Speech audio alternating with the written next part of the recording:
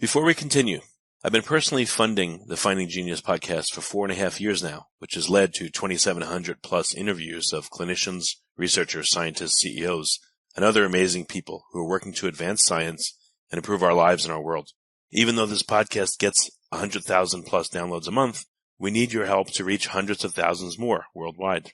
Please visit findinggeniuspodcast.com and click on Support Us. We have 3 levels of membership from $10 to $49 a month, including perks such as the ability to see ahead in our interview calendar and ask questions of upcoming guests, transcripts of podcasts you're interested in, the ability to request specific topics or guests, and more. Visit findinggeniuspodcast.com and click Support Us today. Now back to the show.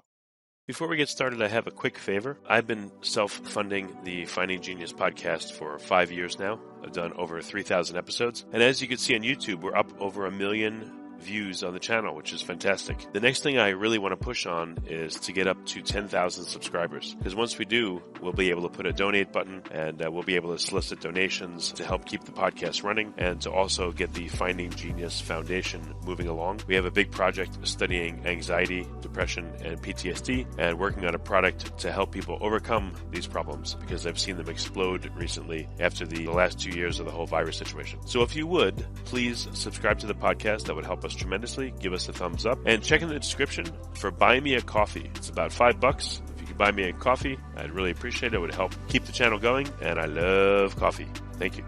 Forget frequently asked questions, common sense, common knowledge, or Google. How about advice from a real genius? 95% of people in any profession are good enough to be qualified and licensed. 5% go above and beyond. They become very good at what they do, but only 0.1% are real geniuses. Richard Jacobs has made it his life's mission to find them for you. He hunts down and interviews geniuses in every field: sleep science, cancer, stem cells, ketogenic diets, and more. Here come the geniuses. This is the Finding Genius Podcast with Richard Jacobs. Hello, this is Richard Jacobs with the Finding Genius Podcast. I have Rabbi Manis Friedman. He's a world-renowned author, counselor, lecturer, and philosopher. His website is itsgoodtoknow.org, itsgoodtoknow.org. So we're going to talk about, Rabbi's work as a rabbi, his YouTube experiences, because he puts out a lot of fantastic videos with commentary, and we're going to cover a range of topics. So, Rabbi, welcome. Thank you for coming. It's a pleasure. What are we going to be talking about? I love surprises. We'll talk about many things. First, I wanted to ask a little bit about your history, how you came up in the Jewish faith and what made you decide to become a rabbi, and maybe a little bit of your tenure as a rabbi and then some current issues. How about that? I was educated in a Chabad system. And if you know anything about Chabad, you know that it's all about outreach. It's all about sharing what you know and sharing what you're proud of. So we have centers all over the world called Chabad houses or Chabad centers. And it's outreach to make the world a better place. So as soon as I got married, graduated from yeshiva, I went looking for a place where I could make my contribution, and I ended up in Minnesota, St. Paul, Minnesota. It worked. It was good. It was great for 51 years. When you first came out to St. Paul, were there any Jews there, or was it very sparse? Oh, there were 30,000 Jews in the state. Wow. The entire state. But, wow. Okay. 51 winters. It's a lot of cold, but I've heard it gets down to like negative. Sometimes every once in a while, negative 80 in Minnesota, right? I've never experienced that far, but there is some global warming, because in the first 20 years or 30 years that I was there, 30 below was pretty common. Today it's not. We would get piles and piles of snow. We don't get as much snow anymore. It seemed to have moved to the northeast. Now Buffalo gets all the snow. Oh, now you moved to Buffalo? No, now I'm in Brooklyn. Last winter, the whole winter, no snow. Wow. So that is unusual for New York. Yeah. Okay, well, what was some of the early work that you did when you first became a rabbi? Any notable projects or outreaches that you have good memories of? Yeah, well, one of the first projects we started was a crash course on Judaism for women who didn't have a Jewish education. It was fantastic. The reaction was so strong and so positive. Women all over the world, women from Israel, came to St. Paul, Minnesota to study Judaism, or a crash course on Judaism. That was an incredible experience. And that lasted 50, it's still going on. That is 50 years old. Why was there no education for women in Judaism? And today, has that been solved, or is it still like that? Well, there is education if you start young. You go to grade school, you go to high school, you go to seminary. But for people who hadn't had a Jewish education and they're now adults, there was no place for them to go. To sit in on classes with 9-year-olds. That's true. So I can tell you, as an adult and not a avidly practicing Jew, or I call myself sometimes a bad Jew. It is hard to find education, and when I've gone to synagogue a few times, I really wasn't welcomed.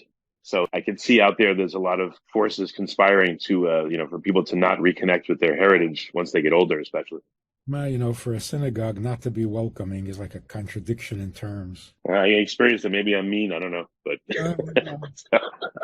it just shouldn't be that way. Synagogues have to be very inviting. And when you walk in there, you got to feel at home, because a synagogue is a place for Jews. If you walk in, it should feel like it's your place.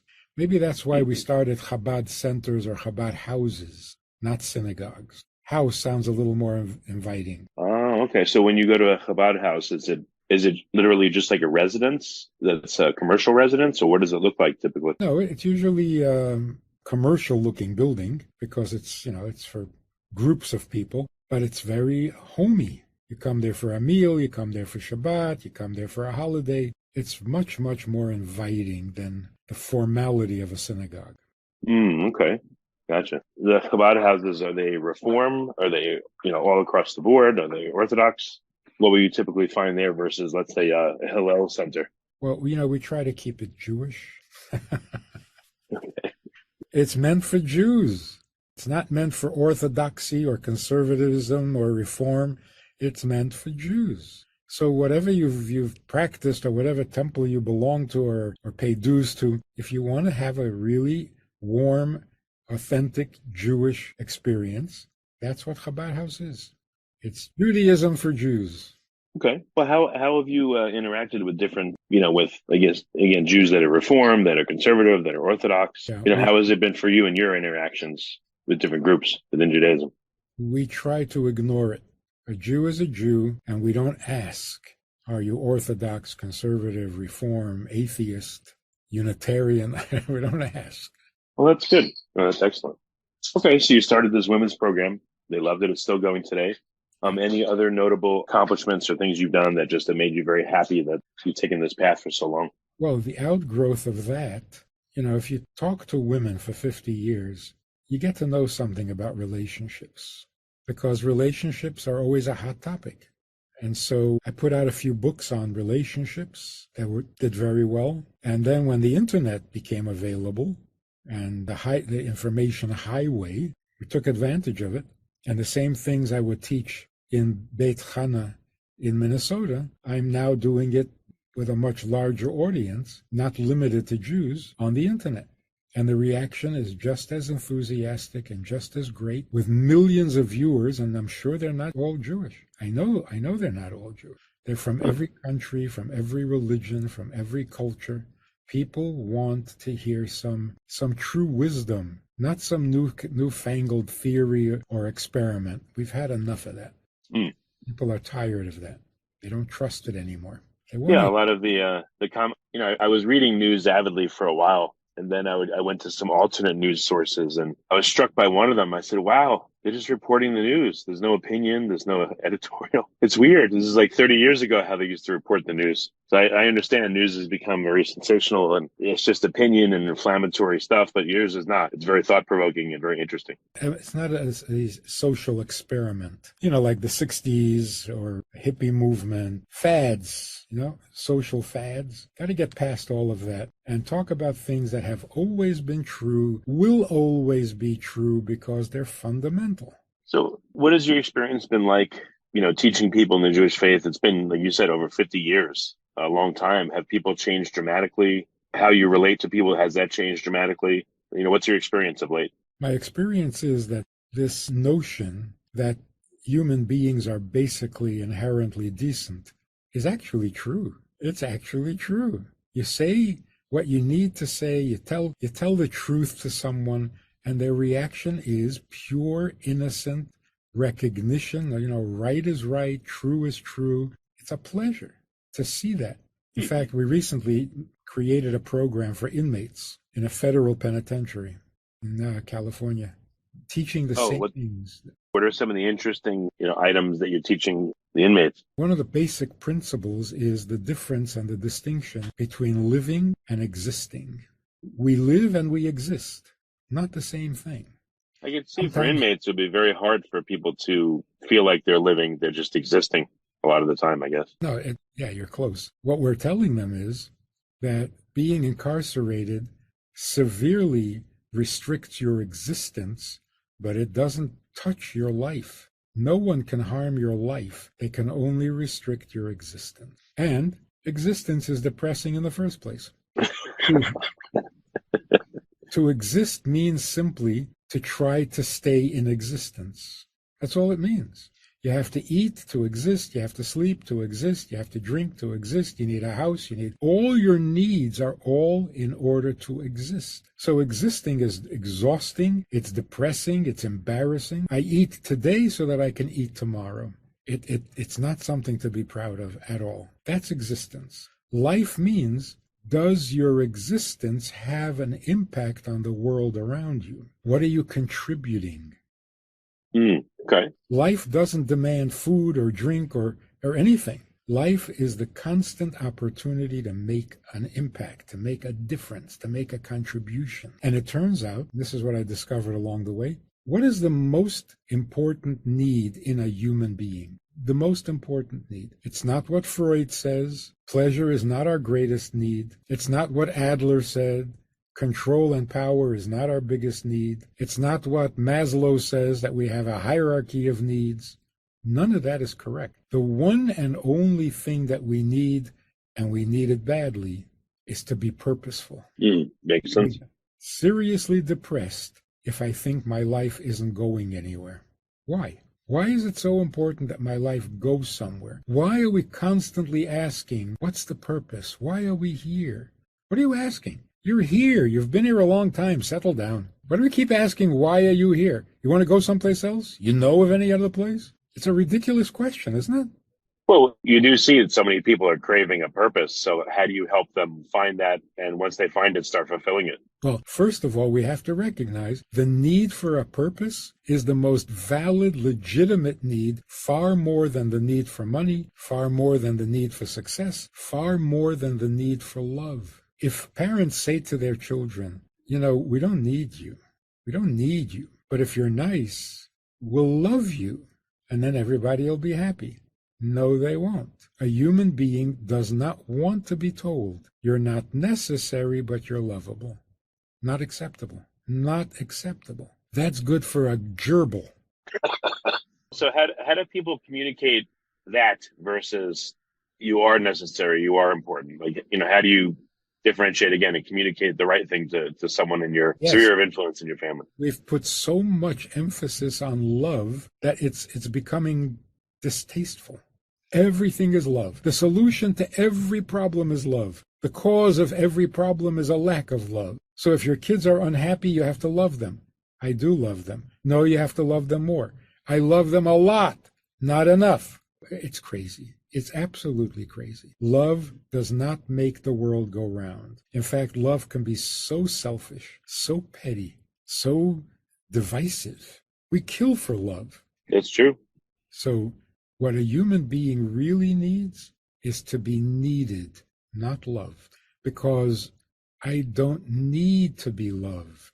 I would much rather be needed than be needy. We keep hearing. Everybody tells us, all the experts, all the authorities say, you are very needy. You need this and you need that. And the needs just keep on building because you're so fragile and you're so dependent. You're so needy that you need to be in therapy all your life. And you need to be on your knees all the time, begging God to be nice to you because you have so many needs. What a depressing picture. So how do you tell a young person who is just kind of getting their head around living that they need to find a purpose and they need to be needed? Like, how does someone become needed if they feel like, let's say they have no agency, they're just existing, they're at square one? Yes. And because they're just existing, they are miserable. and they'll say, life stinks. No, it's not life. You haven't tasted life yet. Existence stinks if you're not making a difference. Yes, that's true. Absolutely true. When a person thinks that he has no purpose, he becomes suicidal. Why? Hang around for no reason. That goes against the grain of the human soul. For no reason, I will not exist for no reason. I can't do it. So what do we tell children, teenagers particularly, who are so idealistic? They're willing to do anything if they believe in it, giving up all their comforts, all their petty shtick. If you give them a purpose and a responsibility, they're fantastic. They're completely selfless, much more than adults. So children need to be told, God created you because he needs you. You're not the needy one. Get up off your knees. Stop begging. Stop fighting for your rights. You don't need it, but God needs you. So find out what he needs and do it. You will have a life. Now, I guess I've heard a lot of people say God doesn't need you, but not that he tolerates you, but he doesn't need you, but you should help him because it's the right thing to do. But it sounds like what you're saying is a bit different. Well, it's a contradiction to say he doesn't need you, but you can help him. Help him in what? He doesn't need anything. So the main slogan of Judaism is serve God with joy.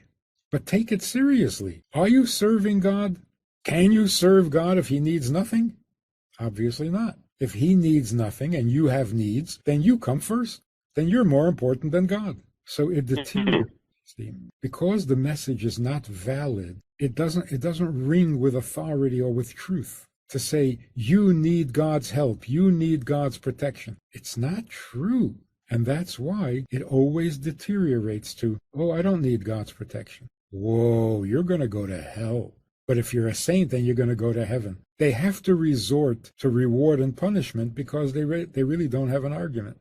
So how should we relate to God? I guess I'm still confused as to what to think here.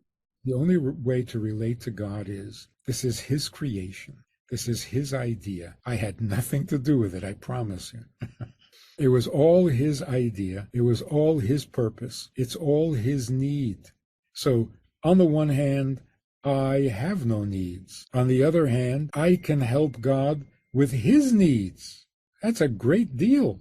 I can be helpful to God. He needs me. You don't have to threaten me. You don't have to bribe me. If I can do something for God, I'll do it, especially since I have nothing else to do because I have no needs. Okay. It's just so simple that it's scary. Well, what I mean, in your experience, what are God's needs then? What kinds of things does he need? The Ten Commandments. Basically, he needs us to make this world comfortable for him because he doesn't want to be in heaven. He wants to be on earth, but not a corrupt earth, not an earth in which he's not welcome. So our job is to make the world the kind of world that God can be proud of and God can be comfortable in. His kind of world. I mean, that is so obvious. If you say God created the world, well, what are you saying? That he's looking for something. It's true. Otherwise, why would he create it? Yeah. Exactly. And if he created earth, we are on earth only to get off and get to heaven as quickly as possible. So why are we on earth? It's a launching pad for getting to heaven. Doesn't look like. Looks more like a launching pad to get to hell. So what is going on? Life is not making sense. Even to children. Children are saying, I didn't ask to be born. What's going on here? Well, what's the answer? What will the parents say to a 10-year-old who says, I don't have to clean up my room. I didn't even ask to be born. Well, what do you say? I don't know. Have you heard that before? Oh, yeah. What do you say? It's becoming universal. Children all over the world are saying, I didn't ask to be born. None of this is my fault. And what happens is it immediately deteriorates to, well, then you're punished. Right, you have no explanation, so you resort to threat.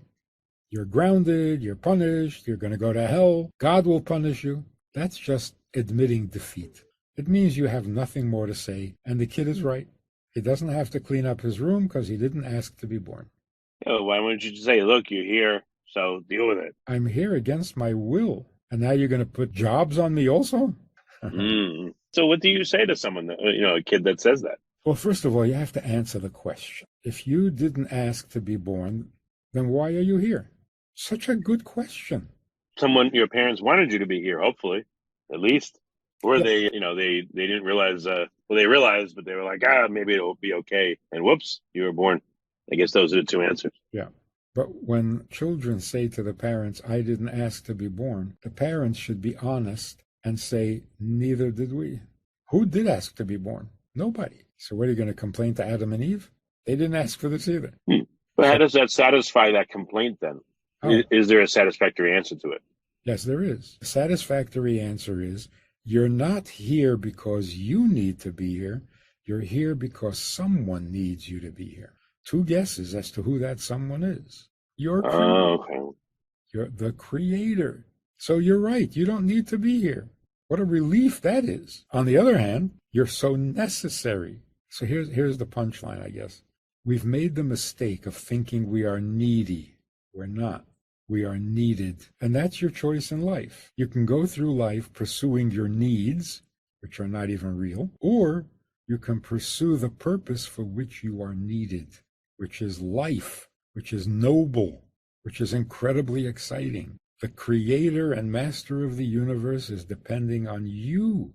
Wow. It's like those shows. We need your help, like a superhero show. But it is empowering to hear that, everyone listening is needed and they have some purpose and some role to play.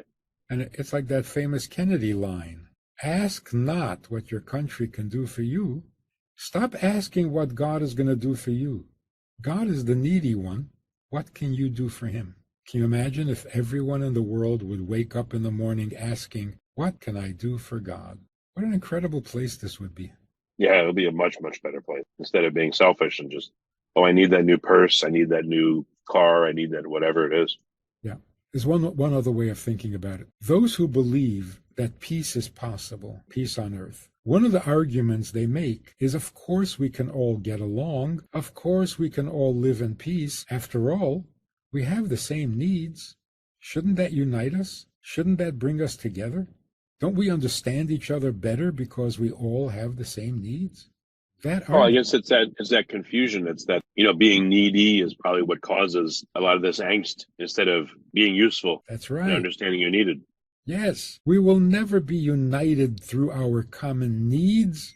Our needs divide us. It's so silly. Because we have a common need, that's why we don't get along. If everybody needed something different, we'd all get along fantastic. You go for what you need, I'll go for what I need. But no, we need the same dollar. We need the same city. We need the same block. We need the same food, the same air. So of course we're going to fight over it. I don't know where that philosophy even came from. We're going to get together because we have common needs. That's what we're fighting about. So what could bring us together? Not our needs, even if they are common to everyone. The only thing that brings us together is that we are all needed for the same purpose. Bring God down to earth. Don't go to heaven. That concept has done us no good whatsoever. In fact, is it kind of like clean your room because God's coming over? Yes. Make sure it looks nice. Yeah. And it turns out that is so much more natural. Like if it's lunchtime and you're home alone, you're going to make lunch? No, probably not. You'll eat some leftovers, you'll open a jar, or you'll just skip it because it's too burdensome. But if somebody calls up and says, can I come over for lunch? It's a party. You'll cook up a storm. We would much rather serve others than be served. It's not noble. It's natural. We've been fed a lie. Put yourself first. Your needs come first. You have needs. You have to have one of these. I don't. Stop lying to me. I don't. I draw this picture. Our needs are becoming depressing. They really are. So I feel depressed, I feel heavy, I can't make a phone call, I can't get out of bed, so I go for therapy. What does the therapist tell me? In so many words, you don't know what needs you have. There are needs that are so repressed and so deep you don't even know about them. So let's explore that for a couple of years until you realize how needy you really are. Thank you very much. I don't want to be needy, and I don't want to be very needy. So in desperation, I run off to religion. Maybe religion will take some of the pressure off. Maybe it'll be consoling. What do you find out when you go to religion? Oh, you think you have needs in this world? After you die, your needs then become much more serious. Okay, I don't need to hear this. Is there any escape from my neediness? The answer is yes. God needs. What a relief. You mean I don't have to be needy? No, you are needed. Now I'm alive. Because it imbues you with a sense of purpose, no matter how limited or... And the need for maybe. purpose is so organic to the human being. It's not a religious thing, a spiritual thing, a noble thing. It's not even idealistic. It's just in our DNA. We were created purposeful, so we sense a need for purpose. It's our essence. Sounds like a good book title, Needed, Not Needy, Yes. by Rabbi Manis Friedman. Absolutely. It makes sense. It's revolutionary. It's, I think, also the future of psychology. So, for instance, in the course you did for women, is that, right in the beginning, one of the topics that's discussed? Is that imbue everything that you teach? Yeah, and that's where I realized the importance of this, because now I'm coming from a religious community where everybody is observant and everybody's keeping all the commandments without giving it a thought. Now I'm sitting down with a group of educated, intelligent young women who are not in the habit of following command, and I'm trying to inspire them to do it. Now, what can I possibly say to them? Whatever I said, they either disagreed with or found it very interesting but unnecessary. 10 Commandments are great ideas. Who cares? The most popular response to everything I said was, yeah, but I don't need that. I don't need that. It's beautiful. Do it. I don't need it. And I'm trying to convince them that they do need it. And then I realize they are so right. They don't need it. You come up with these half-baked reasons. Oh, you need it for this reason, for that reason. They don't need it. The commandments are not our commandments. They're God's commandment. So who needs it? He does. It was so eye-opening. People who are not raised religious are thinking clearly. Who needs what? What's going on here? I don't. So if you look at a lot of people may be stuck in jobs they just don't like, and they may feel useless. Like, all right, I'm doing this for a paycheck, but other than that, I'm just a cog in a machine. So I guess that would contribute to them saying, all right, well, what I do in my daily life doesn't seem to have any impact. So therefore, I don't really have much of a purpose. So I'm going to get caught up in, I guess, what I need. I want a new TV. I want this. I want that. Maybe that'll give me satisfaction. But then I also thought that. But then I discovered the people who have everything they need are the ones that are most likely to get depressed. And now we see it so clearly. The most popular, the most famous kill themselves. Why? Because all they have is an existence, which happens to be a very nice one. They've got a great existence. They have no life. Well, some of them go on to do charitable things or have organizations and all that. But yeah, those are the ones you hear about because they're not dead. Yes. They haven't killed themselves in despair. Right. They realize all this fame is useless. Let me do something of value. And that is be needed. Find out who needs you and do it. And of course, it begins with the Creator. Right at the beginning, you are needed by your Creator. And as long as you're serving Him, you serve your friends, you serve your community, you serve your country. But that's all in the serving mode. You got to get out of the needy mode. Well, what about for the people that do serve? Let's say you're a single mom and you're serving all the time, but there's that argument. Well, what about you and what you need? You're ignoring your own needs. And I mean, service is vital. It's important. But what if it's done to the point where there's no recognition, there's no thank you, there's no nothing, and it turns from a good thing to something that drains you? What do you do then? Well, there's a difference between being exhausted or being disillusioned. Of course, mothers are always exhausted. It's very exhausting. But they don't become disillusioned. It's not they throw their hands up and say, why am I doing this? Who needs this? No. So yeah, they can be exhausted, but they're not suffering from meaninglessness. But there are people who are mothers, and they do feel disillusioned because they thought being a mother would improve their existence. It doesn't. It ruins your existence. So you have to be ready to give up a little existence in order to have a life, because they're incompatible. The more energy you put into your existence, the less you have for life. And the more energy you put into life, the less you need for your existence. A quick example. A doctor in the times of a plague doesn't get sick. Everybody's getting sick. The doctor doesn't get sick. Why is that? How is that? What, is he giving himself a better medicine than he's giving everybody else? The reason he doesn't get sick is because he's so alive. his contribution is so obvious, so urgent, so real, that he is so alive it protects him from the disease. When the plague is over, then the doctor might be in trouble. Then it all catches up with him and he crashes. But when you're fully alive, you don't need to eat as much. You don't need to sleep as much. You can skip meals. You can skip sleep. Doctors who are really inspired by the healing art can go without sleep. Other people cannot. So what do you do if you do a job and you help people, but you're not appreciated? You feel like no one appreciates you, or they're like, all right, great, just do more. What happens to you then? There's the catch. Are you doing it for appreciation, which would enhance your existence, or are you doing it to be useful? If you're doing it to be useful, you don't get burnt out because you were too useful. It's like if I give you compliments because I want a return compliment, and after 5 or 6 times and you don't return the compliment, I'm going to quit. So right, but I mean, it's hard to do a job and just be totally selfless. Like, all right, I'm needed, I'm helping. I would think everyone wants to be appreciated at least somewhat. Yeah, sure. We also want to eat, but we don't need it.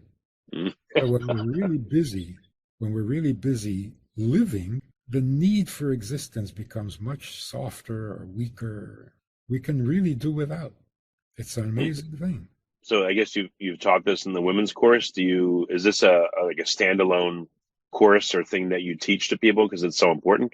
Yes, I teach it to the women at Beis Chana. I teach it to the inmates in prisons, and I teach it to religious Jews who have turned Judaism into a religion which it was never meant to be. See, religion is a way to get to heaven. Isn't that true of all religions?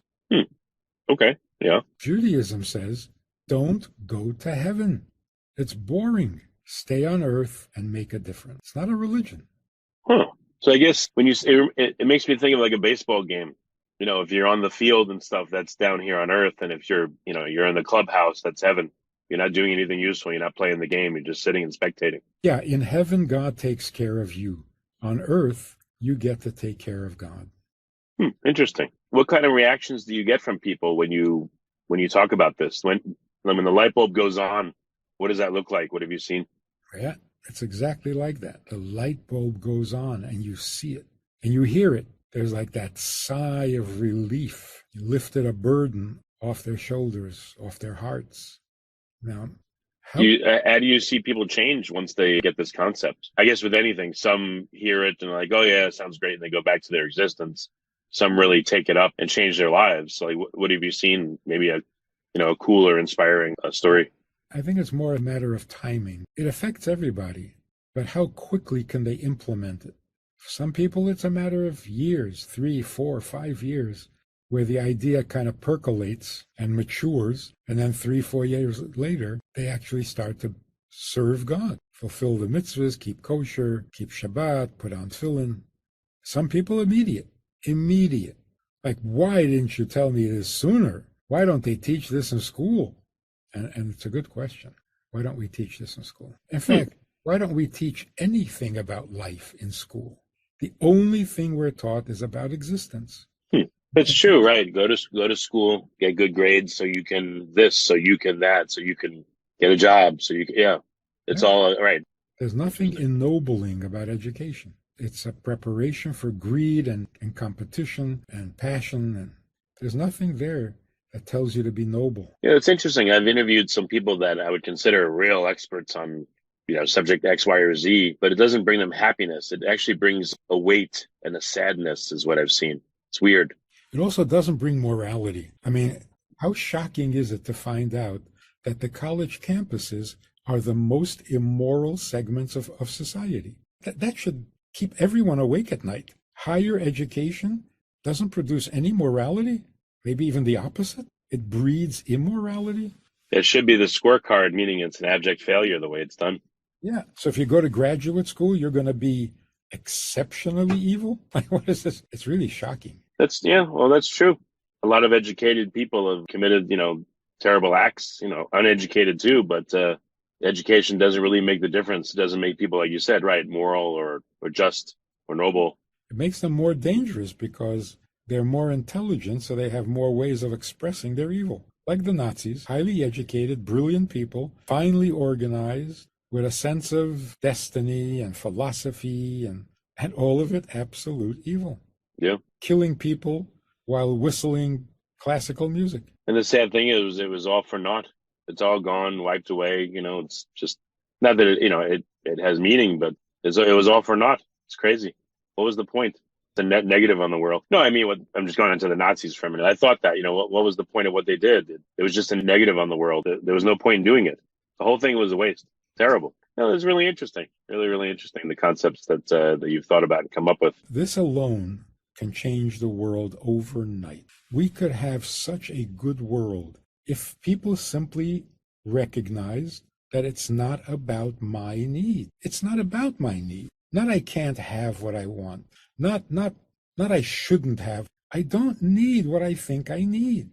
That itself is liberating. But then if I don't need to be here, then what justifies my being here? The answer is, you are needed here. Wow. Do people need to, okay, so when you say that, it's going to resonate with some people, but other people may need to say, well, what's an example? How am I needed particularly? What can I do?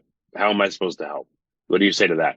In talking to the inmates, they've never asked that question. They all seem to know immediately who needs them. What are some examples of what have inmates say about who needs them? One guy who was actually classified as a predator, not just your ordinary run-of-the-mill murderer. This guy was a predator. He was in he was in, what is it called? What, the hole or solitary confinement? Or No, you can't do that for more than 24 hours. Isolation. He was in isolation for 13 years of his 40 years in prison. Still in prison. But they kept him in isolation for 13 years because he was so dangerous to the other murderers. Yeah. So he took the course, the difference between living, existing. And he spoke for a gathering of inmates to encourage them to take the course. And something he said brought them all to tears. Here's what he said. All my life, I thought only of myself. Everything was about me. Me and my problems, me and my success, me and my needs. And I had no respect for anybody. Well, that leads to violence. And here I am. But I thought my life was over and that I was now a useless creature. But I learned that only my existence has been damaged, not my life. Life means being of service, making a difference. He says, now, when I call my family, I have something to say. And then he said, and my children respect. And the whole place they melted. Can you imagine? You're a murderer, you're in jail for your life, and you managed to get your children's respect. People were that's amazing. Tears. Murderers were wiping their tears. So the idea is so powerful because it's so simply true. We got it so backward. The creator of the entire universe needs nothing. I didn't create anything. I didn't even ask to be created, and I have needs. It's so crazy. So I don't know if someone, again, did something wrong to your family, let's say, or you, how do you reconcile that with this new paradigm? Do you point out to the person? I mean, what do you say? Like, how do you get beyond that hurt? How does that influence your life? I'm not sure that I need to get over it. I'm not sure I need to become best friends with somebody who did severe damage to my family. I'm not advocating whitewashing all sin and crime. I'm just saying that no matter how bad the crime is, which ruins your existence, you can't be allowed to live freely. You have to be incarcerated, which really restricts your existence, but that doesn't mean you don't have a life. So this guy, the predator, is now giving free haircuts to all the inmates. He's good at it. Now euphemistic haircuts, but real haircuts. Yeah, that's interesting. And that's totally changed him, it sounds like. Yes. Wow. And just by distinguishing and recognizing the difference between living and existing. Your existence can be wonderful or it can be horrible. You can have all you need to eat and all you need to drink and the biggest house and all the property and all the independence, or you can be completely destitute. You don't have enough to eat. You don't have enough to drink. You don't have a house to protect you. But that's all existence. So we're told all the time that rich or poor, you have to give charity. Charity is not a rich person's mitzvah. Everyone has to give charity, even poor people. Why? Because everyone needs to have a life. So if you're poor, it means your existence is pretty depressing. And that's why you shouldn't have a life. Get a life. So when you say, get a life, does that mean Well, I guess a cheesy way is like find your purpose. What's a more direct way? Be useful. How? How do you do that? What if someone says how? What do I do? How? If you have a spare quarter, give it to someone who doesn't. Make a difference. That's a very obvious contribution. We always call giving charity as a contribution. But calling somebody and telling him that you're thinking about him and wondering how he's doing, that's a contribution. That's true, yeah. Here's the exciting idea. If in fact God needs his world perfected, what we call tikkun olam, if he needs this world perfected, it turns out we're all serving God almost all the time. Because if you go to work in an assembly line and you help put together a car that helps a person get to where he needs to go and makes his life more livable, guess who you're serving? Yeah, you're serving God. Makes sense. Yeah. So I use this analogy. Imagine there's this Japanese gardener who just loves gardening. He loves flowers. He loves beauty. And he sees this neglected piece of property. So he just goes over there and starts planting and weeding and cleans it up and makes it into a beautiful garden. And then suddenly some guy comes over to him and hands him a check. He says, "What is this?" He says, "That piece of property you just made beautiful, it's my property. So I owe you."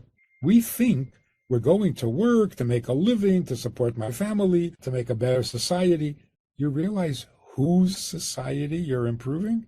You realize whose lawn you just made beautiful? God owes you. You invented the electric toothbrush. You're going straight to heaven. You're serving God. Now, how do you avoid this sense of like, all right, God, I'm helping you out. I'm doing this, that, and the other. I want something in return. Does that come up? No, because once you know you're needed, you're not going to go back to being needy. You're done with that.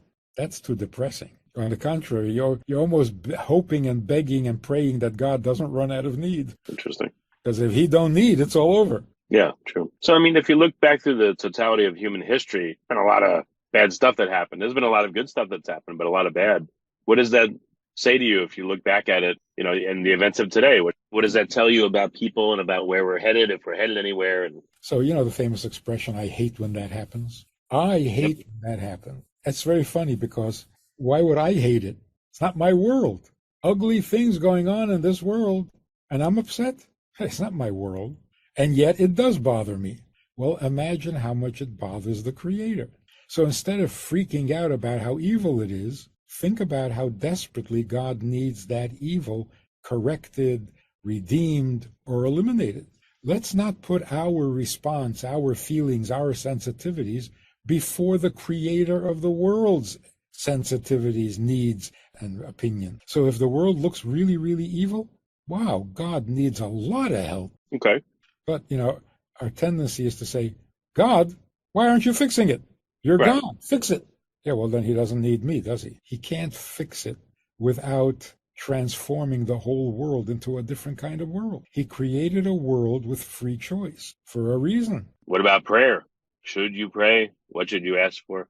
Does it matter? You should ask to succeed in serving him perfectly. So when I ask him for bread and for health and for wisdom, what do I need the bread for, and what do I need the health for, and what do I need the wisdom for? So you can continue to help him out, and do good in the world. To do what I'm needed for. For whatever reason, God created a world with free choice, which means people can be very good, people can be very bad. But when people act very bad, we turn to God and say, stop him! What do you mean stop him? Take away his freedom of choice? Right, yeah. Change the whole nature of the planet? The whole nature of the planet is people with free choice should choose the right, not be forced. There are people who still haven't chosen life. Then all the good people in the world have an obligation to educate, to inspire, and to correct what's wrong in this world. Like I hire you to do the dishes in the back of my restaurant. You say, oh, great, I love a job. Then you walk into the back of the kitchen and you say, whoa, these plates are dirty. Well, yeah, that's what I'm hiring you for. This world is so disgusting. So get to work. Makes sense. So, you taught this to inmates, you taught this, continue to teach this to the women's group. What about, listeners that want to take this course? Is it a formal course they could take somewhere, or how would they get access to it? Yeah, it's not a formal course. It's just everything we talk about. That's the theme. That's the topic. And we have these conversations weekly, Sunday night, Wednesday afternoon, Wednesday night. And we talk about all the ways that this affects life. Almost every issue in life comes back to living or existing. Like the condition of death. Nobody knows what death is because the soul doesn't die. It can't. Life doesn't die. It's an oxymoron. So a living being cannot die, just like a dead thing can't live. So the soul, which is alive, can't die. The body was never alive. It's from dust to dust. So what died? What does death mean? I guess a soul inhabiting a body, and then the soul doesn't inhabit the body anymore. Yes. So what is the difference? So we're like living Airbnbs for our souls, and we have to check out at some time. Yes. And the difference is, while you're in a body, you have to exist. Take up space, eat food, be protected, sleep well. That's all existence. What happens when a person dies? Their existence ends, not their life. And that's why people who have passed away are effective in changing the world more than while they're here. Well, some are. A lot are forgotten. But not by everybody. Every soul continues to have an effect even after it passes. Maybe only on his wife, maybe only on his children, maybe on one student that he had. But life doesn't just fade away. Existence does. Overnight, he went from needing to eat to never having to eat again. So you don't understand what death is if you can't distinguish between existing and living. So people think your life ended. Life can't end. Only existence can start and stop. Okay. One of the secrets of Jewish survival, this is really amazing. There were other nations, many, most of them not our friend, but they were very powerful. They ruled the world, each in their own turn, and they don't exist anymore. There are no Romans. There are no ancient Greeks. There are no Babylonians. There are no Egyptians. They're gone. There is no Ottoman Empire. There's no British Empire. There's no Soviet Union. They're gone. Jews, still here. Same people, same blood, same family, uninterrupted. What's the secret? Listen to this. The Romans, the Greeks, and the Babylonians wanted a better existence. That's all they wanted. A better existence means all property belongs to them. Every song has to be about me. Every conversation has to be about me. Existence out of control. All they wanted was to guarantee their continued existence. So they built these huge fortresses, these huge walled cities. They amassed great wealth and great armies to protect their existence. And all of a sudden, they just don't exist. Yeah, it's true. Our history has been the exact. Before we entered the promised land under Joshua, Moshe gave us a pep talk. You are about to enter the land of milk and honey, as God promised, and you're going to inherit the land. But don't get too comfortable, because it won't last long. This is what he said. You're going to get comfortable, but you're going to get thrown out. You're going to be scattered to the four corners of the earth. You're going to be diminished to a fraction of your number. You're going to be wandering from place to place. You won't belong anywhere. You won't be welcome anywhere. You won't know today what tomorrow will bring. You will go crazy from the chaos and the confusion. It just goes on and on for 10 pages. Right. The people must have said, is there a point to this? Why are you telling this? So Moshe says, what I'm trying to tell you is, forget about existence. Forget about it. You are not going to have a good existence. You will not have a space of your own. You won't have what to eat. You won't have what to drink. You will not have security. You won't have your own property. No, forget about it. Be busy living. That's what we did. If you want to summarize all of Jewish history in one sentence, when our existence was at its worst, we were most alive. We produced the greatest scholars, the greatest social services, the greatest charity institutions. We were so alive, we barely exist. I mean, today we barely exist. We're still a tiny minority. We're still scattered all over the earth. And even Jews in Israel are told that it's not theirs. They have no right to it. So our existence is practically non-existent. But we're so alive that that's all anybody ever talks about, is how much trouble the Jews are making. Yeah, adversity gives people the incentive to do more than just exist. Yeah, and more than just incentive. Being needy is not true. So if you focus your whole life and your whole ambition on improving your existence, you're digging your own hole. But if you focus on living, like the doctor during a time of a plague, so you eat less, so you sleep less, doesn't harm you. So because we're so devoted to being alive, we can tolerate miserable existence. Well, I thought if there was no adversity, people really wouldn't do anything. Why would they need to? They would just sit around and just do nothing. There was no adversity. Well, that's true, but that's not really ideal. The ideal is to do what is right without adversity, without external motivation, internal. So, for example, when the world does become perfect, and then there is no need to fix or correct or escape, will we still be good? Or will we just deteriorate into nothingness? No, then we will be even more alive because we don't have to think about existence. So we can put all of our energy and all of our creativity into living properly, and we don't have to be distracted by, yeah, but I need to eat right now, but when I got to get my sleep. I mean, it's one thing to be purposeful and live a life like that, but if you're trying to do that and you're serving under adversity, it just seems to eat at you, or I don't know, it seems like it would eat at you, pick at you, I'm here helping, doing this, that, and the other, but man, I'm hungry or I'm tired or, no one seems to appreciate me. And it just seems like it picks at you.